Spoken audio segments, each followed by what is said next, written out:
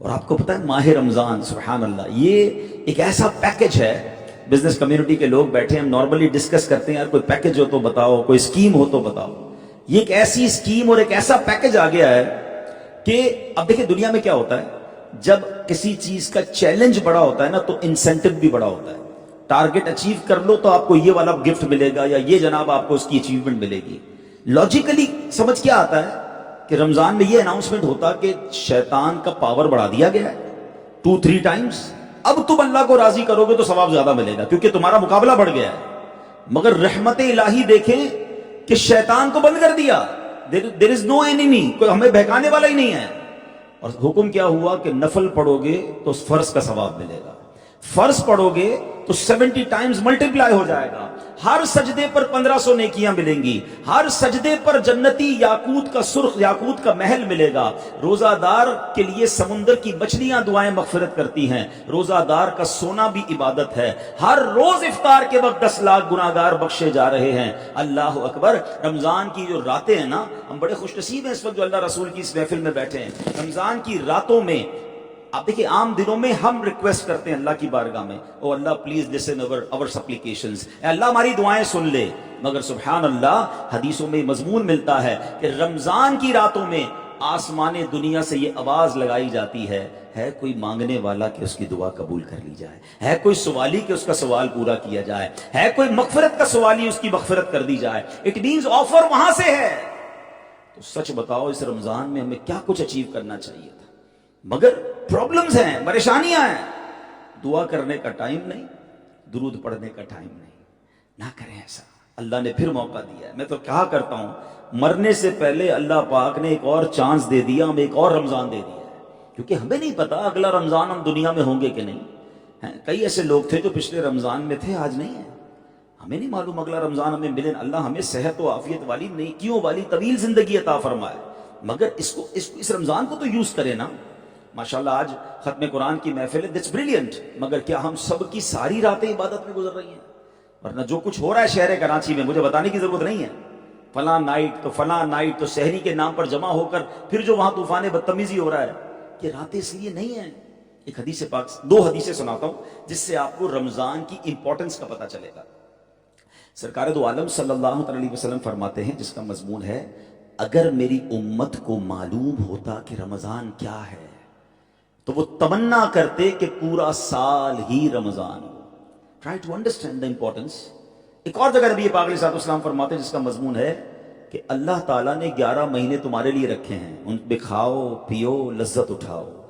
ایک مہینہ اللہ نے اپنے لیے خاص کر لیا ہے اور وہ مہینہ رمضان کا ہے, اور رمضان کے معاملے میں اللہ سے ڈرو. It means Ramzan is not for the food festival. Ramzan گھومنے, اب بدقسمتی سے جب سنتے تو رونگٹے کھڑے ہو جاتے ہیں کہ یار رمضان ٹورنامنٹ, یعنی رمضان کے نام پر میچز ہو رہے ہیں, رمضان کے نام پر راتوں میں تھوڑے دنوں پہلے مجھے ایک پوسٹ آئی, اور ہو سکتا ہے آپ میں سے کئیوں کو آئی ہوگی, اس لیے میں اس کو ڈکلیئر نہیں کر رہا کیونکہ ہمارے بھائی ہیں وہ بھی, مجھے لگتا ہے مجھے غلطی سے بھیج دی ان نے, ورنہ شاید مجھے نہ آتی. اب وہ کوئی نائٹ تھی, ٹھیک ہے میں نائٹ کا نام بھی لیتا ہوں تاکہ ان کو برا نہ لگے. برا کیوں نہ لگے, میں ان کے برا لگنے کی کیوں وہ بھی بتاتا ہوں وجہ. جب میں نے دیکھا تو مجھے یقین نہیں آیا کہ رمضان میں یہ والی نائٹ بنائی جا رہی ہے, اور پھر اس کے نیچے دیکھا ہے فالوڈ بائی سحری. تو وہ بھائی جانتے تھے, میں ان کو جانتا تھا, میں نے ان کو فون کیا, میں فون نہیں کیا, وائس میسج کیا, میں نے خدا کے بندو یہ کیا کر رہے ہیں آپ, توبہ کریں, رمضان میں آپ یہ والی نائٹ بنا رہے ہیں. اب وہ مجھے وضاحت دینے لگے کہ وہ معذرت کا میرے بندے نے ایڈٹ پہ غلطی کر دی اور آپ کو میسج آ گیا, اور جناب ہم تو اس میں وہ نہیں کریں گے جو آپ سمجھ رہے ہیں. میں نے کہا آپ جوا کھیلیں نہ کھیلیں, اس نام سے کہ آپ رمضان میں یہ ٹرینڈ چلائیں گے, آپ اور میں مر جائیں گے, بعد میں ہمارے بچے بھی اس کو کنٹینیو کریں گے. یار رمضان میں قرآن نائٹ ہونی چاہیے, رمضان میں توبہ نائٹ ہونی چاہیے, رمضان میں تفسیر قرآن نائٹ ہونی چاہیے, نوافل نائٹ ہونی چاہیے, دعا نائٹ ہونی چاہیے. ہم یہ کون سی نائٹس لے کر آ رہے ہیں رمضان کے اندر؟ ایک مہینہ اللہ نے دیا ہے, اس کو راضی کر لو بھائی. تو خدا کے واسطے ہم سب یہ سوچیں کہ رمضان کے بارے میں نبی پاک نے فرمایا کہ رمضان کے بارے میں خدا سے ڈرو. بہرحال انہوں نے ماشاءاللہ معذرت بھی کی, کہا میں بالکل اس کو ڈیلیٹ کرتا ہوں, اب میں یہ نہیں کروں گا. لیکن میرا یہ فریضہ تھا کہ میں ان کو یہ عرض کرتا, اور میں آپ سب کو بھی اسی لیے کہہ رہا ہوں کہ بعض اوقات دوستوں کے کہنے پر, دوستوں کے جمع ہونے پر ہم ایسی جگہ چلے جاتے ہیں کہ جہاں رمضان کا تقدس پامال ہو رہا ہوتا ہے. ایک حدیث سنا دیتا ہوں پھر میں اپنے ٹاپک کی طرف آتا ہوں. حدیث پاک کا مضمون ہے جو رمضان میں گناہ کرے اس کے 1 سال کے اعمال برباد کر دیے جاتے ہیں. رمضان میں گناہ کرنا پورے سال کے اعمال برباد کر دیتا ہے. اور اس کے ریزن ہے, ریزن سمجھ لیں گے تو بات آپ کو سمجھ آ جائے گی. ایک فارمولا سمجھ لیں, جب کوئی وقت مقدس ہوتا ہے, کوئی مقام مقدس ہوتا ہے, یا کوئی مہینہ مقدس ہوتا ہے, اس کے اندر گناہ کرنا وہ اللہ کی پنشمنٹ کو, اللہ کی طرف سے عذاب کو اور زیادہ دعوت دیتا ہے. مثال کے طور پہ کوئی بندہ روڈ پہ گناہ کرے, بڑی بری بات ہے, مگر مسجد کے اندر آ کر کوئی گانے باجے بجائے حرام کرے تو آپ کیا کہیں گے؟ یار اللہ کا خوف کرو, مسجد کے اندر آ گئے. کوئی پاکستان میں گناہ کرے, غلط ہے. کوئی مکے میں جا کے گناہ کرے, مکے میں ایک نیکی 1,00,000 نیکی کے برابر, ایک گناہ 1,00,000 گناہ کے برابر ہے نا. بالکل اسی طرح رمضان میں جب نیکیوں کا اجر بڑھا دیا جاتا ہے نا, تو رمضان میں گناہ کرنے کی سیویریٹی بھی بڑھ جاتی ہے. کہ ہے میرے بندے, شیطان کو میں نے بند کر دیا, تجھ پر رحمتوں کے دروازے کھول دیے, نیکیوں کا اجر بڑھا دیا, اور اب بھی تجھ سے گناہ ہو رہے ہیں. تو we have to think about کہ ہمیں رمضان میں کسی طور پر بھی گناہ نہیں کرنا. کوئی ایسی محفل میں نہ جائیں, کوئی ایسی گیدرنگ کی طرف نہ جائیں. بڑے موبائل کو چیک کر لو یار, ہم نے موبائل ہی ایسا رکھا ہے جب کھولتے ہیں کوئی نہ کوئی ایسی چیز آ جاتی ہے جو ہماری آنکھوں میں حرام, کانوں میں حرام داخل ہو جاتا ہے. نہیں دیکھ رہا نا تھوڑے دنوں تک سوشل میڈیا. یہ رحمتوں کا مہینہ ہے, اس میں نیکیاں حاصل کی اسکیم آئی بھی ہے نا, جتنی نیکیاں کرنی ہے کر لیں. اللہ کرے کہ یہ بات سمجھ آ جائے. اب یہ 10 روزہ تراویح ختم ہوئی, میں مسلسل کئی دنوں سے ختم قرآن میں بیان کر رہا ہوں. آپ کے پاس رائٹ آفٹر جا کر ایک اور ختم قرآن میں بیان کرنا ہے. ٹرینڈ ہے 5 روزہ 7 روزہ 10 روزہ, اچھی بات, لیکن اس کا مطلب یہ نہیں ہے کہ 10 روزہ تراویح کے بعد اب آپ کی تراویح معاف ہو گئی ہے. تراویح آخری رمضان تک پڑھے نا, سنت مؤکدہ بھی ہے.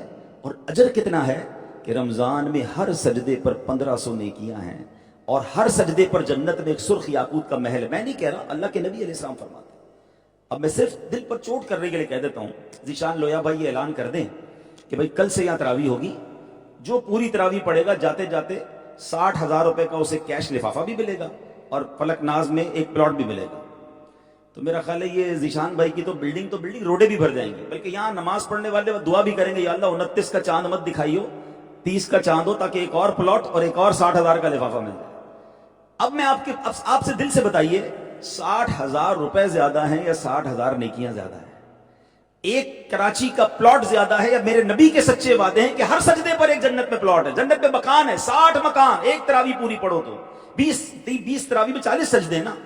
میں تو کہتا ہوں صرف تراویح کیوں, تہجد بھی پڑھیں, اشراق چاش بھی پڑھیں, اوابین بھی پڑھیں, اور نوافل بھی پڑھیں. یا اللہ اتنی نیکیاں ہر سجدے پر. تو رمضان اللہ کرے کہ میں بھی عبادت میں گزاروں اور آپ بھی گزاریں. ناؤ لیٹس, میں اپنے ٹاپک کی طرف آتا ہوں کہ آج یہ بھی اہم باتیں تھیں جو مجھے کرنی تھی. اب میں آپ کو آج قرآن پاک کے ایک بڑے تاریخی واقعے کی کچھ جھلکیاں بیان کروں گا, اور اس سے ملنے والا میسج. اس سے یہ بھی انڈرسٹینڈ کیجئے گا, آج ختم قرآن کی محفل میں ہے, یہ مہینہ جو ہے نا یہ ماہ نزول قرآن ہے. اب قرآن کے نازل ہونے کے مہینے میں ہمیں کم از کم اس مہینے میں قرآن سے ایسی باؤنڈنگ کر لینی چاہیے, اتنی انڈرسٹینڈنگ کر لینی چاہیے کہ پھر پورا سال ہم قرآن کو سمجھنے میں کامیاب ہو جائیں. اب میرے یہ بھائی بھی تھوڑی دیر کے لیے اگر بیٹھ جائیں پلیز, تھوڑی سروس روک دیں. میں انشاءاللہ 20-25 منٹ میں آپ سے اجازت لے لوں گا, بس میں چاہتا ہوں میری بات آپ توجہ سے سن لیں. تو قرآن مجید فرقان حمید میں ایک ایسے پرسنالٹی کا واقعہ ہے. آج کل بڑی دنیا میں رپورٹس آتی ہیں, the most richest personality in the world, ٹھیک ہے جناب, top 10 richest personalities in the world. اور یہ آگے پیچھے ہوتے رہتے ہیں, کبھی کوئی فرسٹ نمبر آ جاتا ہے, کبھی کوئی سیکنڈ نمبر پہ آ جاتا ہے, یہ چینجنگ چلتی رہتی ہے. قرآن نے دنیا کے سب سے زیادہ امیر آدمی کا واقعہ بیان کیا. اچھا وہ امیر کتنا تھا, اس کے خزانے کتنے تھے؟ کہتے ہیں اس کے اتنے ارب ڈالر ہیں اس لیے نمبر 1 آ گیا ہے, اتنے بلین ڈالر ہیں تو سیکنڈ آ گیا ہے. قرآن نے اس کی ویلتھ کیسے بیان کی؟ قرآن نے اس کی ویلتھ بیان کی کہ وہ اتنا امیر تھا کہ اس کے خزانوں کی چابیاں ایک پوری اونٹوں کی جماعت اٹھاتی تھی. خزانے نہیں, ایک روایت کے مطابق 40 اونٹ چلتے تھے اس کے خزانوں کی چابیاں اٹھانے کے لیے. ٹرائی ٹو انڈرسٹینڈ خزانے کتنے ہوں گے, ٹھیک ہے. اور وہ کون تھا؟ وہ قارون تھا. قارون کے ساتھ ہوا کیا؟ اچھا بہت سارے لوگوں کو شاید یہ نہیں پتا کہ قارون پہلے سے ہی اللہ کا نافرمان نہیں تھا, بلکہ اگر میں آپ کو کہوں نا کہ موسٹ سکسیسفل لوگوں کی لسٹ بنائیں, اس کے اندر کیا کیا کوالٹیز ہونی چاہیے, ہم کس کو کامیاب سمجھتے ہیں, تو قارون میں وہ ساری چیزیں موجود تھیں. نمبر 1 ریچسٹ تھا, بہت مال تھا. نمبر 2 بیسٹ فیملی سے تھا, خاندان کیسا تھا؟ وہ حضرت موسیٰ کا کزن تھا. نمبر 3 وہ اتنا بیوٹیفل تھا, اتنا ہینڈسم تھا کہ اس کے چہرے سے اتنا نور نکلتا تھا, لوگ اسے منور کہتے تھے. نمبر 4 وہ تورات کا عالم بھی تھا. مجھے بتائیں نا، ایک آدمی کے شرف اور پرسنالٹی کے لیے اور کیا چاہیے؟ علم بھی تھا، فیملی بھی تھی، پیسہ بھی تھا، بیوٹیفل بھی تھا، ہینڈسم بھی تھا. پھر کیا ہوا؟ اب یہ ہوا کہ وہ اس کا اینڈ یہ ہوا کہ وہ اپنے خزانے کے ساتھ زمین میں دھسا دیا گیا، برباد کر دیا گیا. میں یہاں تھوڑا سا رکوں گا، پھر قارون کا واقعہ آگے لے کے چلتا جو ہم سب کو سمجھنا ہے. زندگی میں کوئی بھی عمل کر لینا، اللہ پاک بہت بڑی نیکی بھی کرا لے، تو سیٹسفائی نہیں ہونا ہے. ہاں کہ جناب میں نمازی، میں روزہ دار، میں حج بھی کیا ہوا، میں ختم قرآن بھی کرواتا ہوں، تو بس اپنا تو جنت کا ٹکٹ پکا ہے. نہیں، ہمیں ڈرتے رہنا ہے، ہمیں دعا کرنی ہے کہ اللہ مجھے معاف کرنا، میں ناقص ہوں. کیونکہ میں اور آپ کچھ نہیں ہیں. بڑے بڑے اولیاء، شیطان جو ہوتا ہے نا ایسے حملہ کرتا ہے کہ ساری نیکیاں برباد کر دیتا ہے. سب سے بڑی مثال تو شیطان ہے نا. عزازیل، شیطان پہلے سے ہی اللہ کا نافرمان نہیں تھا، ٹھیک ہے، اس کا نام کیا تھا؟ عزازیل. اس کے لیول آف عبادت کیا تھا؟ روایتوں میں آتا ہے 40,000 ایئرز اللہ کی عبادت کی اس نے. علم کا عالم کیا تھا؟ نالج کا. معلم الملکوت، فرشتوں کا ٹیچر تھا. اور اللہ کی بارگاہ میں جب پیش ہوتا تھا نا تو فرشتوں کے ساتھ پیش ہوتا تھا. اتنا بڑا اسٹیٹس تھا. ونس ان لائف ٹائم اس نے تکبر کیا، حضرت آدم کو سجدہ نہیں کیا. And of the day result کیا ہوا؟ لعنتی الی یوم الدین. کیا قرار دیا گیا؟ قیامت تک کے لیے لعنت کیا ہوا قرار دے دیا گیا. جہنم کی گہری آگ میں جائے گا. اٹ مینس کتنی بھی عبادت ہو جائے، کتنی بھی کوئی مرتبہ مل جائے، ہمیں اللہ سے پناہ مانگنی ہے، اللہ سے معافی مانگتے رہنا، اور اس پہ اترانا نہیں ہے. ایسے بہت سارے واقعات ہیں جو قرآن پڑھتے ہیں. بلم بن باعورہ کا واقعہ ہے جو مستجاب الدعوات تھا، اور جناب حضرت موسیٰ کے خلاف اس نے بد دعا کرنے کی کوشش کی مال کے لالچ میں، اور بے ایمان ہو کر مڑا، کافر ہو کر دنیا سے گیا. تو ہمیں ڈرنا یہ ہے کہ اللہ تعالیٰ ہمارے ایمان کی حفاظت فرمائے. ماہ رمضان ہے نا، اس میں یہ دعا خاص کیجئے گا. آپ نے ایک حدیث سب نے سنی ہوگی، میں آدھی حدیث پڑھوں گا، پوری کر لیں گے. انما الاعمال بالنیات، اعمال کا دار و مدار نیتوں پر ہے. ایک اور حدیث بھی ہے، انما الاعمال بالخواتیم، اعمال کا دار و مدار خاتموں پر ہے. یعنی خاتمہ ایمان والا ہوگا نا، پھر یہ سارے عمل کام آئیں گے. نماز، روزہ، حج، زکوٰۃ، یہ کام ہی جب آنا ہے جب میں اور آپ ایمان والے ہو کر دنیا سے جائیں گے. ہو سکتا ہے کسی کے ذہن میں سوال آئے کہ یار یہ کیسے پاسبل ہے، میں مسلمان ہوں، ماں باپ بھی مسلمان ہیں، تو میں مسلمان ہی مروں گا، اس میں کیا پرابلم ہے؟ نہیں، دیر از نو گارنٹی. میں نہیں کہہ رہا، قرآن کہتا ہے یا ایھا الذین آمنوا اتقوا اللہ حق تقاتہ ولا تموتن الا وانتم مسلمون. اے ایمان والو، اللہ سے ڈرو جیسا ڈرنے کا حق ہے. کیا کہہ رہا ہے رب؟ مجھ سے ڈرو جیسا ڈرنے کا حق ہے. ہمارا ڈر بھی عجیب و غریب ہے. دو کان پہ چپت ماریں گے یا اللہ میری توبہ، اور اس کے بعد وہی کرنا ہے جو روز کر رہے ہیں. یہ تقویٰ نہیں ہے. تقویٰ یہ ہے کہ بندہ اکیلے میں بھی رب سے ڈرے کہ اللہ دیکھ رہا ہے، جو میں کر رہا ہوں وہ رب دیکھ رہا ہے. اچھا، ہمیں تقویٰ کی ایک بڑی خوبصورت پریکٹس رمضان میں ہو رہی ہے. ہاں، لیول آف تقویٰ بڑا ہمارا سب کا ہائپ پر ہے. اور یہی قرآن نے فرمایا نا کہ ہم نے روزے کیوں فرض کیے؟ تاکہ تم تقویٰ اختیار کرو، لعلکم تتقون. تو ہمارا تقویٰ پتہ ہے اس کس لیول پر ہے اس وقت؟ میں آپ سب سے ایک سوال کرتا ہوں، بچے بھی بیٹھے، آپ کے گھر میں بھی بچے روزہ رکھ رہے ہوں گے. پوری دنیا میں کوئی ایک بندہ ایسا ہے کہ جو افطار سے پہلے چپکے سے کھانا کھا لیتا ہو؟ پیاس لگی ہے یار، کوئی دیکھ تو نہیں رہا، چلو جوس پی لیتا ہوں، گھر میں کوئی نہیں ہے، فروٹ کٹا ہوا ہے، فروٹ کھا لیتا ہوں. پوری دنیا میں ایک بندہ نہیں ملے گا آپ کو. بچے بھی نہیں کرتے. کیوں؟ کوئی نہیں دیکھ رہا. کون دیکھ رہا ہے؟ جواب دیجئے نا، اللہ دیکھ رہا ہے. کتنا زبردست تقویٰ کی پریکٹس روز آپ کر رہے ہیں. مگر سوال یہ ہے کہ کیا اللہ صرف کھانا پینا ہی دیکھتا ہے؟ وہ میرا حرام دیکھنا بھی دیکھ رہا ہے، حرام بولنا بھی دیکھ رہا ہے، حرام کمانا بھی دیکھ رہا ہے. جب آپ کھانے پینے کے پہلے یہ سوچتے ہیں کہ میں کھا لوں گا افطار سے پہلے، تو اللہ دیکھ رہا ہے. وہی رب تمہارے بعد والے اعمال بھی دیکھ رہا ہے. رمضان کے بعد والی بھی تمہاری نیکیاں ہیں یا گناہ، وہ بھی دیکھ رہا ہے. تو ایکچولی رمضان تو پریکٹس کروانے آیا کہ اللہ دیکھ رہا ہے، اس کی پریکٹس کر رہا ہے. بندے اب ساری زندگی یہ خیال دل میں بسا لے کہ اللہ دیکھ رہا ہے. ٹھیک ہے؟ تو ہمیں قرآن کیا کہتا ہے؟ یا ایھا الذین آمنوا اتقوا اللہ حق تقاتہ ولا تموتن الا وانتم مسلمون. مت مرنا مگر مسلمان، ایمان کے ساتھ ہی مرنا.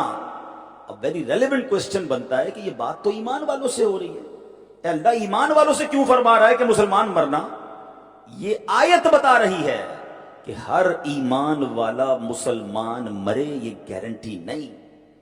اس کے لیے ہمیں اسٹرگل کرنی ہوگی, اس کے لیے ہمیں اپنے ایمان کی حفاظت کی فکر کرنی ہوگی. خدا کی قسم ہمارے پاس جو سب سے قیمتی چیز ہے نا, اس ایمان ہے. دنیا کی کوئی دولت اس کا مول نہیں ہے, لیکن اس کی فکر بہت کم لوگوں کو ہے. اب سوال یہ پیدا ہوتا ہے کہ ایمان کیسے چھن سکتا ہے؟ تو اس کی ایک بڑی وجہ علماء لکھتے ہیں کہ گناہوں کی کثرت, بری صحبت, یہ بندے کو اس قدر گناہوں میں غرق کرتی ہے کہ ایک وقت آتا ہے کہ شیطان اس کے دل کو اپنی مٹھی میں لے لیتا ہے. اب وہ ایسے گناہ کرواتا ہے, ایسی خطا کرواتا ہے کہ آپ تصور بھی نہیں کر سکتے. جیسے ابھی آپ نے سنا کہ قارون نے, ابھی آپ سنیں گے کہ حضرت موسیٰ کے ساتھ کیا کیا اس نے. بلم بن باورا نے حضرت موسیٰ کے خلاف بد دعا کی. حضرت امام حسین کے ساتھ یزیدیوں نے کیا کیا تھا؟ وہ تو کلمہ پڑھنے والے تھے نا, مگر لالچ نے ایسا پھندا ڈالا دل پر کہ وہ کلمہ پڑھنے والوں نے نواسہ رسول کو شہید کر دیا. اب اس زمانے کی بات چھوڑے یار, آج آپ اخباروں میں نہیں پڑھتے 5 سال کے بچے کے ساتھ 6 سال کی بچی کے ساتھ کوئی واقعہ ہوتا ہے, ہم کہتے ہیں یار یہ کون کر سکتا ہے, یہ انسان ہے. جی جناب یہ انسان ہی ہے, مگر ایک وقت آتا ہے کہ جب شیطان کے ہاتھ میں, اس کے دل مٹھی میں آ جاتا ہے نا, پھر یہ وہ کام کرواتا ہے کہ کوئی تصور بھی نہیں کر سکتا. تو ہمیں اللہ سے ڈرتے رہنا ہے, معافی مانگنی ہے, ایسی صحبتوں میں نہ بیٹھے. بندہ یہ نہ سوچے مجھے کوئی نہیں اٹیک کر سکتا, ارے بڑے بڑے ولیوں کو شیطان کھا گیا تو میں اور آپ کیا ہے. اب آتے ہیں قارون کا معاملہ کیا تھا. میں نے جس طرح بتایا کہ وہ ویل آف تھا, ہینڈسم تھا, حضرت موسیٰ کا کزن تھا, تورات کا عالم تھا. حضرت موسیٰ نے اسے زکوٰۃ کا حکم دیا, اللہ کی طرف سے حکم آیا اور آپ نے اسے زکوٰۃ کا حکم دیا. اچھا اس زمانے میں زکوٰۃ کتنی تھی؟ یہ بھی مزے کی بات ہے. آج کتنی ہے؟ 2.5% نا, 100 روپے پہ 2.5 روپے دینے پڑتے ہیں, پورا سال گزر جائے شرائط کے بعد. اس زمانے میں 1000 روپے پہ 1 روپیہ دینا تھا, ہر 1000 پہ 1.1% آپ نے حکم دیا قارون کو زکوٰۃ کا. مگر اس کا 0.1% بھی اس زمانے میں بلینز بنتا تھا. اس نے کیلکولیٹ کیا کہ اتنے پیسے یہ میں اللہ کی راہ میں کیسے دے دوں. اب اس پر شیطان نے حملہ کیا. وہ کہتا ہے یہ تو ٹیکس ہے, اور لوگوں کو معاذ اللہ اس نے حضرت موسیٰ کے خلاف بہکانا شروع کیا کہ یہ تمہارا مال لینا چاہتے ہیں, یہ اس لیے زکوٰۃ کا حکم لائے ہیں, زکوٰۃ نہیں دینی ہے. اور اب حضرت موسیٰ کو ڈیگریڈ کرنے کی کوشش شروع کی. اس نے کیا کیا؟ اس نے معاذ اللہ, سوچئے شیطان کیسا دل پر حملہ کرتا ہے. حضرت موسیٰ کا کزن ہوتے ہوئے, تورات جس نبی پر نازل ہوئی ہے اس تورات کا وہ عالم تھا, مگر پیسے کی لالچ ایسی دل پر آئی کہ اس نے ایک عورت کو ہائر کیا. سنیے, ایک عورت کو پیسے دیے اور اسے کہا کہ حضرت موسیٰ پر جا کر تم نے ایک گندا الزام لگانا ہے. وہ عورت نے پیسے لیے اور بھرے مجمع میں کھڑی ہو گئی اور کہتی ہے کہ حضرت موسیٰ نے میرے ساتھ برا کام کیا ہے. اللہ اکبر, کلیم اللہ کے ساتھ. حضرت موسیٰ جلال میں آ گئے, آپ نے اس کو قریب بلایا. اس نے کہا میں تجھے اس رب کی قسم دیتا ہوں جس نے دریائے نیل کو پھاڑ کر حضرت ہمارے لیے راستہ نکالا اور فرعون کو غرق کیا, بتا سچ کیا ہے. جب اعلان نبوت سے نبی حضرت موسیٰ کی ہیبت اس پر طاری ہوئی, وہ عورت تھر تھر کانپنے لگی, کہتی معاف کر دیں, میں پیسے لے کر آئی تھی, آپ نے میرے ساتھ کچھ نہیں کیا, مجھے قارون نے اس کام کے لیے ابھارا ہے. اب حضرت موسیٰ کو بہت افسوس ہوا, بڑے دکھی ہوئے آپ, اور آپ نے لوگوں سے کہا کہ جو قارون کے ساتھی ہیں قارون سے الگ ہو جائے. 2 بندوں کے علاوہ سارے لوگ قارون سے الگ ہو گئے. اب آپ نے اللہ کی بارگاہ میں دعا کی اور زمین کو حکم دیا کہ قارون کو پکڑ لیں. قارون گھٹنے تک, قرآن کہتا ہے گھٹنے تک زمین میں دھس گیا. پھر آپ نے جب حکم دیا تو سینے تک دھس گیا. اب وہ رونے لگا, چلانے لگا, کہتا ہے معاف کر دیں, میں آپ کا کزن ہوں, اب نہیں کروں گا. اب عذاب الہی آ چکا تھا اور آخر کار وہ پورا کا پورا زمین میں دھسا دیا گیا. جو 2 لوگ ساتھ تھے نا قارون کے, دیکھیں کچھ لوگ ایسے ہوتے ہیں جن کو دلیل بھی مل جائے پھر بھی نہیں مانتے. وہ کہتے ہیں حضرت موسیٰ نے اس لیے اس کو دھسایا ہے کہ اتنا بڑا خزانہ ہے نا وہ ان کو چاہیے. حضرت موسیٰ نے دعا کی, یا اللہ اس کا خزانہ بھی دھسا دے. قارون کا وہ بلینز اور ٹریلینز اس زمانے کے پتہ نہیں ڈالرز کا یا کتنے پیسوں کا خزانہ تھا, وہ بھی زمین میں دھسا دیا گیا. اور مفسرین لکھتے ہیں کہ وہ قیامت تک زمین میں دھستا رہے گا. اس واقعے سے بہت ساری باتیں سیکھنے کو مل رہی ہیں. پہلی بات تو میں نے آپ کو عرض کر دی, اپنے ایمان کی فکر کیجیے, اپنے ایمان کی حفاظت کیجیے, اور ایسی صحبتوں سے اپنے آپ کو بچائیے کہ جہاں ایمان ضائع ہونے کا خوف ہے, اور اپنی نیکیوں پر سیٹسفائی نہ ہو رہی ہے. اللہ سے بس معافی مانگتے رہیے. اللہ سے کہیے مولا میں نے جو کچھ کیا تیری عطا سے کیا, میری کوئی اوقات نہیں. سیکنڈلی, کسی پر الزام نہ لگائیے. اس عورت نے کیا کیا تھا؟ اللہ کے نبی, معاذ اللہ, اللہ کے نبی پر الزام لگایا. آج بھی جناب کچھ لوگ ہیں جن کا کام ہی الزام لگانا ہے، ادھر سے سنی ادھر سے بڑھا دی، فلاں نے یہ کیا فلاں نے وہ کیا. اچھا بڑا مزہ آتا ہے ان کو نا کسی کا اسکینڈل بنانے میں، اس کی بیٹی کا معاملہ، اس کے بیٹے کا معاملہ، فلاں کے گھر میں یہ، فلاں کے کاروبار میں یہ. میری اوقات کیا ہے؟ آپ ایک حدیث سن لے جس کا مضمون ہے، جو کسی کے عیب کھولتا ہے اللہ اس کے عیب کھول دے گا، اور جو کسی کے عیب چھپاتا ہے اللہ اس کے عیب چھپاتا ہے. آج بڑا مزہ آ رہا ہے نا، اس کے بارے میں رپورٹ مل گئی ہے، اس کا کوئی معاملہ پتہ چل گیا ہے، چلو یار چلاتے ہیں گروپوں میں میسج، انجوائے کرتے ہیں لوگ. تیار رہو کل تمہارے عیب کھلنے والے ہیں، اور خدا کی قسم جب ہمارے عیب کھلے نا ہم منہ دکھانے کے قابل نہ رہیں گے. ہم نے تو کیا کچھ کیا ہے اللہ کو ہی پتا ہے اور کسی کو نہیں پتا. اللہ نے تو ہمارے عیب چھپائے ہوئے ہیں، دنیا میں عزت رکھی ہے ہماری، پتا چل بھی جائے نا.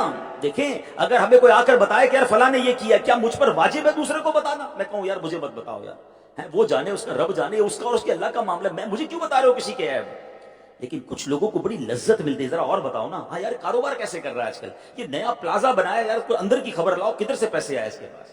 یار تھوڑے دنوں پہلے تو کہہ رہا تھا میں پریشان ہوں اور اب نئی اوڈی نکال لی ہے، پیسے کدھر سے؟ اس نے نکالی، آپ کو کیوں ٹینشن شروع ہو رہی ہے؟ اس نے نیا پلازا بنایا، آپ کو پرابلم کیوں ہے؟ اب تو یہ حال ہے کہ بندہ حج پر جائے تو لوگوں کو ٹینشن شروع ہو جاتی ہے، حج پہ کیسے چلا گیا؟ آپ سوچے تو صحیح، اللہ دے رہا ہے، وہ اللہ کی عطا ہے اس پر، اور اگر وہ غلط طریقے سے کما رہا ہے تو یہ اس کا اور اس کے رب کا معاملہ ہے. آپ کو کس نے انسپیکٹر بنا دیا؟ لوگوں کی عبادتوں پہ دوربین لگا کے بیٹھے ہیں، کوئی کسی کی آمدنی پہ دوربین لگا کے بیٹھا ہے، کوئی کسی کی شہرت سے پریشان ہے اور عیب ڈھونڈ رہے ہیں. یاد رکھیے یہ مسلمانوں کا شیوا نہیں ہے. اگر آپ چاہتے ہیں کہ میرے اور آپ کے عیب دنیا اور آخرت میں چھپے رہیں، ہم مسلمانوں کے عیبوں پر پردہ ڈالنے والے بنے. کسی کے گھر کی بار بات بتلاؤ. آج تم کسی کی بچی اور کسی کے بچے کی غلطی پر انجوائے کر رہے ہو، کل ایسا نہ ہو یہ تم اپنی اولاد میں دیکھو. حضرت موسیٰ کے ساتھ اس عورت نے کیا، اس کا بیڑا غرق ہو گیا نا، اس کو تباہی ملی، اللہ کے نبی کو ناراض کیا. تو کبھی بھی اللہ والوں کے بارے میں بھی یاد رکھیے گا، خاص طور پہ علماء، نیک لوگ جن کو لوگ دنیا والے اللہ کے ولی کہتے ہیں، کبھی ان کے بارے میں نیگیٹو نہ سوچیں. ہم ان سے امتحان لیں گے، ان کا ٹیسٹ لیں گے، ہماری اوقات ہے. دیکھیں میرا بہت تھوڑا سا علم ہے، لیکن اب تک جتنا میں نے پڑھا ہے، میں نے صرف 2 چیزوں کے بارے میں پڑھا ہے جن لوگوں سے اللہ جنگ کا اعلان فرماتا ہے. اللہ اعلان جنگ فرماتا ہے، غور سے سن لو. نمبر 1، سود کا کام کرنے والا، اس سے اللہ اعلان جنگ فرماتا ہے. پلیز ہاتھ جوڑتا ہوں، اگر کوئی میرا بھائی یہاں بیٹھا ہے یا بعد میں میرا ویڈیو پہ یہ بیان سنے، یہ لائیو بھی جا رہا ہوگا سوشل میڈیا پہ، سود کے قریب مت جانا. بڑی سکیمیں آتی ہیں، بڑی آفرز آتی ہیں، آپ کو لگے گا میرا بڑا بزنس کھڑا ہو جائے گا، تھوڑا سا غلط کروں گا مگر پورا پلازا کھڑا ہو جائے گا، پورا امپائر کھڑا ہو جائے گا، یار مارک اپ بھی دے دوں گا، انٹرسٹ بھی دے دوں گا، پھر بھی پیسے بن جائیں گے. ایک بات کا جواب دے دو یار، جو اللہ سے جنگ کرے گا وہ جیتے گا، اس کا بربادی ہی مقدر ہے. ہم نے گھر بکتے دیکھے ہیں، فیکٹریاں بکتے دیکھی ہیں، لوگوں کو مقروض ہوتے دیکھا ہے. سود کھا جاتا ہے. اچھا یہاں کچھ بھی نہیں ہوا اس کے ساتھ، وہ امیر ہی رہا، جہنم کا عذاب تو باقی ہے نا. پلیز ہمت کیجئے، رمضان میں کہتا ہوں ہمت کر لیں، ڈیسائیڈ کر لیں. آپ کو لگے گا کہ یار اگر میں اپنے کاروبار سے سود کو ڈیلیٹ کروں گا تو مشکل ہو جائے گی، یہ مشکل کر لو برداشت. ہم نے ایسے کئی لوگ دیکھے، اربوں پتی تھے، اپنی کچھ فیکٹریاں بیچی، کچھ پلاٹ بیچے، کچھ اسٹیٹس نیچے لے کر آئے، سارا بینک کا پیسہ واپس کیا، اللہ نے اس سے زیادہ واپس انہیں عطا فرما دیا. کیونکہ برکت حلال میں ہے، سکون بحلال میں ہے. ہر مہینے جناب آپ پر میٹر لگا ہوا اور آپ سود دیے جا رہے ہیں. نہ سود لینا ہے نہ سود دینا ہے، یہ اللہ سے جنگ ہے. رمضان میں شیطان بند ہے، لیٹس ڈیسائیڈ ان رمضان.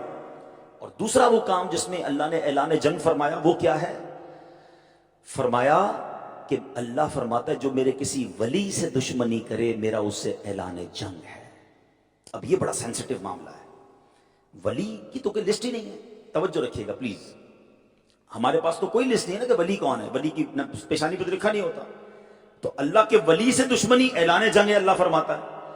تو اس کا مطلب یہ ہوا اللہ پاک نے اپنے اولیاء کو اپنے بندوں میں چھپا کر رکھا ہے. ایک حدیث سے سمجھ لو کہ ولی کوئی بھی ہو سکتا ہے. نبی پاک فرماتے ہیں جس کا مضمون ہے کہ کچھ بندے ایسے ہوں گے جن کے بال پرا گندہ ہوں گے، کپڑے بالکل سادہ میلے سے نظر آئیں گے، ان کی کیفیت یہ ہوگی کہ انہیں کوئی اپنے گھر دعوت میں بھی نہیں بلاتا ہوگا، مگر اللہ کی بارگاہ میں ان کا مرتبہ یہ ہوگا کہ وہ قسم کھائیں گے اللہ ان کی قسم پوری فرمائے گا. ہمیں نہیں پتا میرا ملازم کوئی اللہ کا ولی نہ ہو، ہمارے ساتھ کام کرنے والا کوئی اللہ کا ولی ہو کہ نہ ہو، ہمیں نہیں پتا، ہمارا رشتہ دار ہو سکتا ہے کوئی. تو پتا چلا اولیاء بندوں میں چھپے ہوئے ہیں. تو تو ہمیں کرنا یہ ہے کہ سب کے ساتھ اچھا برتاؤ کرنا ہے, سب کی عزت کرنی ہے, تاکہ اللہ کے کسی ولی سے ہم نے لڑائی لے لی نا تو تباہی مقدر ہو جائے گی. ہم نے دیکھا ہے چلتے کاروبار تباہ ہو جاتے ہیں, چلتی صحت تباہ ہو جاتی ہے, ترقی رک جاتی ہے. سوچو کسی کا دل تو نہیں دکھا دیا, کسی اللہ والے کی ہائے تو نہیں لے لی. تو سب سے محبت اور پیار سے پیش آنا ہے. تیسری بات جو قارون کے اس واقعے سے سیکھنے کو ملی ہے, جو میں اپنے بیان کو اب اینڈ کی طرف لاتے ہوئے بات کرنا چاہوں گا, کہ اس کو زکوٰۃ بھاری پڑی, اس کو زکوٰۃ دینا ڈیفیکلٹ لگا. اتنا اللہ نے مال دیا تھا, 0.1% زکوٰۃ تھی, لیکن اس کو دینے میں اس کو ہچکچاہٹ ہوئی اور اس نے حضرت موسیٰ سے لڑائی لی. آج بتائیں آج کیا حال ہے؟ کیا سارے لوگ پوری زکوٰۃ دے رہے ہیں؟ یاد رکھیے زکوٰۃ فرض ہے. اسلام کے 5 پلر ہیں نا, نماز, روزہ, حج, زکوٰۃ اور کلمہ توحید. زکوٰۃ دینے میں اب لوگ ڈگمگا رہے ہیں.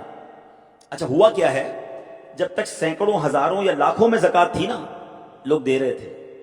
اب امتحان جب شروع ہوا, جب زکوٰۃ کروڑوں میں ہو گئی ہے, ہوئے ہوئے ہوئے اتنی ساری زکوٰۃ, 10 کروڑ روپے زکوٰۃ. اور اللہ کے بندے, اللہ نے 4 ارب دیے تو 10 کروڑ زکوٰۃ ہے نا. اللہ نے دیے تو زکوٰۃ ہے نا, غریب پہ تو زکوٰۃ نہیں ہے. زکوٰۃ دیتے ہوئے کس بات کی ٹینشن ہے؟ سچ بات یہ ہے کہ زکوٰۃ دینے والا خوش دلی سے زکوٰۃ دے اور سجدہ کرے, مولا تو نے زکوٰۃ دینے والا بنایا, لینے والا نہیں بنایا. لیکن آج لوگ ہیلے بہانے ڈھونڈ رہے ہیں. حضرت کسی طریقے سے بتائیں نا, کوئی 1-2 پلاٹ نکل جائے ہمارے زکوٰۃ سے, کسی طرح مائنس ہو جائے. ایسا کبھی مت کرنا. یہ قارون نے کیا تھا, خزانے سمیت دھسا دیا گیا.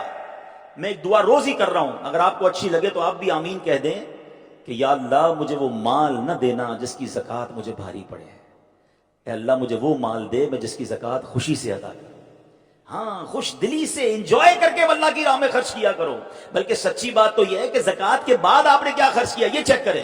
میں ایک بزنس مین کے پاس گیا, ماشاءاللہ کبھی کبھی آپ جیسے بزنس مین ہمیں سکھاتے ہیں باتیں. ہم زکوٰۃ پر بات کر رہے تھے, اس نے بڑی پیاری بات کی, میرے تو دل میں لگ گئی. وہ کہتے ہیں عبدالحبیب بھائی میں نے زکوٰۃ دی تو کیا کمال کیا, یہ تو ڈیوٹی تھی مجھ پر, فرض تھا. میں تو کیلکولیٹ ہی جب شروع کرتا ہوں کہ 2.5% کے بعد اوپر میں نے اور کیا خرچ کیا اللہ کی راہ میں. بھائی زکوٰۃ تو اللہ کی طرف سے مجھ پر فرض تھا, دینا ہی دینا تھا. بھائی غریب پر تو زکوٰۃ نہیں نا, اللہ نے مال دیا تو زکوٰۃ ہے. تو پلیز زکوٰۃ بھی دیں, اس کے علاوہ بھی خرچ کریں. اور یہ نہ غم لائیں دل میں کہ کم ہو جائے گا. یہ شیطان ہمیشہ سے قارون کے زمانے سے وسوسے ڈال رہا ہے, آج بھی ڈال رہا ہے. یار یہ مولوی صاحب کہہ تو رہے ہیں میری زکوٰۃ کتنی بنتی, ان کو کیا پتا اتنے لاکھ اتنے کروڑ زکوٰۃ کدھر سے نکالوں گا, کم ہو جائیں گے پیسے. میں آپ کو اپنی بات نہیں کرتا, جس نبی کا آپ نے کلمہ پڑھا ہے نا ان کی حدیث سناتا ہوں. اللہ کے حبیب علیہ الصلوۃ والسلام فرماتے ہیں, میں قسم کھا کر کہتا ہوں اللہ کی راہ میں خرچ کرنے سے مال کم نہیں ہوگا. اب یا تو نبی کی بات پر یقین کر لو یا شیطان کی بات پر کر لو. اچھا لاجیکلی اس کو پروف بھی کر دیتا ہوں. یہاں جتنے ایسے بھائی بیٹھے ہیں نا جو پوری زکوٰۃ دیتے ہیں اور چیریٹی کرتے رہتے ہیں, ان کا چیک کر لیں, ہر سال ان کی زکوٰۃ بڑھ رہی ہے, ہر سال ان کی ویلتھ بڑھ رہی ہے. کیسے بڑھ رہی ہے بھائی, وہ تو دے رہے ہیں, کم ہو رہی ہے. تو ایک جملہ سن لو, ایک میرا اور آپ کا دنیا کا کیلکولیٹر ہے جو بتاتا ہے کہ کروڑ میں سے 2.5 لاکھ دیے 97.5 لاکھ رہ گئے, اور ایک میرے اللہ کی رحمت کا کیلکولیٹر ہے کہ جو ملٹیپلائی کر رہا ہے, وہ دنیا میں بھی ملٹیپلائی کر کے دے گا. آخرت کے خزانے تو الگ جمع ہیں. حدیث پاک کے مضامین ملتے ہیں کہ دنیا میں جو بھی مال تلف ہوتا ہے نا, نقصان ہوتا ہے, وہ زکوٰۃ نہ دینے کی ایک وجہ یہ بھی ہوتی ہے کہ بندے نے زکوٰۃ نہیں دی ہوتی. کسی کی فیکٹری میں آگ لگ جاتی ہے, کسی کے گھر میں نقصان ہو جاتا ہے. آپ غور کریں زکوٰۃ پوری دے رہے ہیں کہ نہیں دے رہے. نبی پاک ایک جگہ فرماتے ہیں اپنے مال کو مضبوط قلعوں میں قید کر لو, زکوٰۃ دے کر اپنے مال کو سیکیور کر لو. تو یہ ہمارے مال کی سیکیورٹی ہے. اور پھر کئی حدیثیں وہ ہیں کہ یہی مال جو زکوٰۃ نہ دیا گیا ہوگا نا, یہ قبر میں انگارے بنا کر عذاب بنا دیے. یہ سونے چاندی یہ تمام چیزیں. تو خدا را پلیز زکوٰۃ دینے میں کمزوری نہ لائیں. اور یہ زکوٰۃ اگر واقعی سارے پاکستان کے لوگ نکالیں, سارے زمیندار اپنا عشر نکالیں, میں نے کیلکولیشن کی ایک دن بیٹھ کے, تو شاید پاکستان میں کوئی غریب نہیں بچے گا. مگر بہت تھوڑے لوگ زکوٰۃ نکالتے ہیں یا بہت پوری نہیں نکالتے. تو پوری کیلکولیٹ کر کے, آپ کو سمجھ نہیں آتی, آپ کسی عالم دین کے پاس بیٹھ جائیں, کسی مفتی صاحب کے پاس بیٹھے کہ بتائیں میری کتنی زکوٰۃ بنتی ہے. ہر چیز میں کیلکولیشن کرنی ہے, زکوٰۃ میں اپنی مرضی سے نکالنا ہے. اچھا پھر زکوٰۃ نکالتے وقت شرعی مسائل بھی نہیں پتا, بعض اوقات اپنے دماغ سے نکال رہے ہوتے ہیں اور غلط نکال رہے ہوتے ہیں, زکوٰۃ ادا ہی نہیں ہوتی. تو زکوٰۃ کس کو دے سکتے ہیں, کیسے نکالنی ہے, یہ ایک علم ہے, اس کو پلیز حاصل کریں. اب زکوٰۃ دینی کس کو ہے؟ سبحان اللہ, سب سے زیادہ حق ہے آپ کے اپنے غریب رشتہ داروں کا. اپنے غریب رشتہ داروں کو دیکھیں, اپنے غریب ملازمین کو دیکھیں، اپنے غریب پڑوسیوں کو دیکھیں، پہلے ان کو دیں اگر وہ زکوٰۃ کے مستحق ہیں، انشاءاللہ اس میں زیادہ ثواب ہے۔ رشتہ داروں کو زکوٰۃ دینے کا ثواب یہ ہے کہ حدیثوں میں آتا ہے بندہ جب رشتہ دار کو صدقہ دیتا ہے تو ڈبل ثواب ملتا ہے، ایک رشتہ داری نبھانے کا، ایک صدقہ دینے کا۔ تو ان کو آپ نے اس طرح زکوٰۃ ادا کرنی ہے۔ اور ایک اور بات یاد رکھیں کہ سخی جو ہوتا ہے نا وہ اللہ کے قریب ہوتا ہے۔ حدیث پاک میں ہے سخی 3 چیزوں کے قریب ہوتا ہے، قریب من اللہ، قریب من الجنہ، قریب من الناس۔ 3 چیزوں کے قریب ہوتا ہے، اللہ کے، جنت کے اور لوگوں کے۔ ایک چیز سے دور ہوتا ہے، بعید من النار، جہنم سے دور ہوتا ہے۔ اور جو بخیل ہوتا ہے، کنجوس ہوتا ہے، فرمایا 3 چیزوں سے دور ہوتا ہے، ایک ہی چیز کے قریب ہوتا ہے، بعید من اللہ، اللہ سے دور، بعید من الجنہ، جنت سے دور، بعید من الناس، لوگوں سے بھی دور، قریب من النار، جہنم کے قریب ہوتا ہے۔ اب اپنے آپ سے پوچھ لیں کہ میں سخیوں کی لسٹ میں ہوں یا معاذ اللہ اپنے مال اللہ کی راہ میں خرچ نہ کر کے بخیل کی لسٹ میں ہوں؟ اپنے آپ کو سخی کی لسٹ میں رکھیے گا کہ اللہ کریم سخیوں کو بہت پسند کرتا ہے۔ ٹھیک ہے، اچھا اب ان تمام لوگوں کو جسے میں نے کہا زکوٰۃ آپ دیں، اس کے ساتھ ساتھ میری گزارش ہے کہ عاشقان رسول کی وہ تحریک جو دنیا کے 150 سے زائد ملکوں میں دین متین کی خدمت کر رہی ہے، ہمارے 16,000 سے زیادہ مدارس ہیں، 5 لاکھ سے زیادہ بچے اور بچیاں بغیر فیس کے قرآن پاک پڑھ رہے ہیں، دنیا بھر میں مساجد ہم بنا رہے ہیں، ویلفیئر کے کام اس وقت غزہ میں بھی ہم کر رہے ہیں، ترکی اور سیریا میں بھی کام ہو رہے ہیں، دنیا بھر میں دعوت اسلامی کے کام ہے جو سوشل میڈیا پہ دیکھتے ہیں ان کے علم میں ہے۔ تو اپنی زکوٰۃ میں، اپنے ڈونیشن میں حصہ دعوت اسلامی کا بھی رکھیں۔ اللہ کریم ہم سب کا جمع ہونا اپنی بارگاہ میں قبول فرمائے۔ آج کے اس قرآنی واقعے میں ہمیں جو سبق ملا، میں ریپیٹ کر دیتا ہوں کہ ہم نے اپنے ایمان کی فکر کرنی ہے، اپنے گناہوں سے معافی مانگتے رہنا ہے۔ نمبر 2، کسی کے عیب تلاش نہیں کرنے، کسی کو ذلیل کرنے کی کوشش نہ کریں۔ ایک بات یاد رکھیں، ساری دنیا کسی کو ذلیل کرنا چاہے نا، اور اللہ نے عزت رکھی ہے تو کوئی ذلیل نہیں کر سکتا۔ وَتُعِزُّ مَن تَشَاءُ وَتُذِلُّ مَن تَشَاءُ بِيَدِكَ الْخَيْرُ۔ اور ساری دنیا چاہے کسی کو عزت مل جائے، اللہ نے نصیب میں ذلت لکھی ہے نا، اس کو ذلیل ہونے سے بھی کوئی نہیں روک سکتا۔ تو گھبرایا بھی نہ کریں، کبھی کبھی آپ کی کوئی مخالفت شروع ہو جائے، آپ کے بارے میں جناب کوئی لوگ آگے آ جائیں اور آپ کو ڈیگریڈ کرنا چاہیں، نہ ڈریں، میرے رب نے اگر عزت رکھی ہے کوئی نیچا نہیں کر سکتا۔ ہاں ہم نے کئی لوگوں کو دیکھا، کچھ لوگ بہت پیچھے پڑ جاتے ہیں کسی کے، مگر اللہ نے اس کی محبت لوگوں کے دلوں میں ڈالی ہوتی ہے، وہ اللہ ڈالنے والا ہے نا۔ تو ہمیں اللہ پر بھروسہ رکھنا ہے، اللہ سے محبت کرنی ہے، وہی عزت دینے والا ہے، وہی ہمت بڑھانے والا ہے۔ اور تیسری بات اس واقعے سے جو ہم نے قارون کے واقعے سے سیکھی کہ ہمیں اللہ کی راہ میں دل کھول کر خرچ کرنا ہے، اس کو بوجھ نہیں سمجھنا، کہ جو اس کو بوجھ سمجھتے ہیں وہ دنیا میں بھی نقصان اٹھاتے ہیں، کیونکہ ان کا مال آگے نہیں بڑھتا، ان کے مال میں کوئی نہ کوئی آفت آ جاتی ہے۔ اللہ ناراض ہے نا، دینے والا تو رب ہے، اور آخرت کا عذاب اس کا منتظر ہے۔ اللہ کرے کہ ہم اپنا مال خرچ کر کے آخرت کے خزانوں میں جمع کرانے والے بن جائیں۔ اللہ مجھے بھی یہ توفیق دے، آپ کو بھی توفیق نصیب فرمائے۔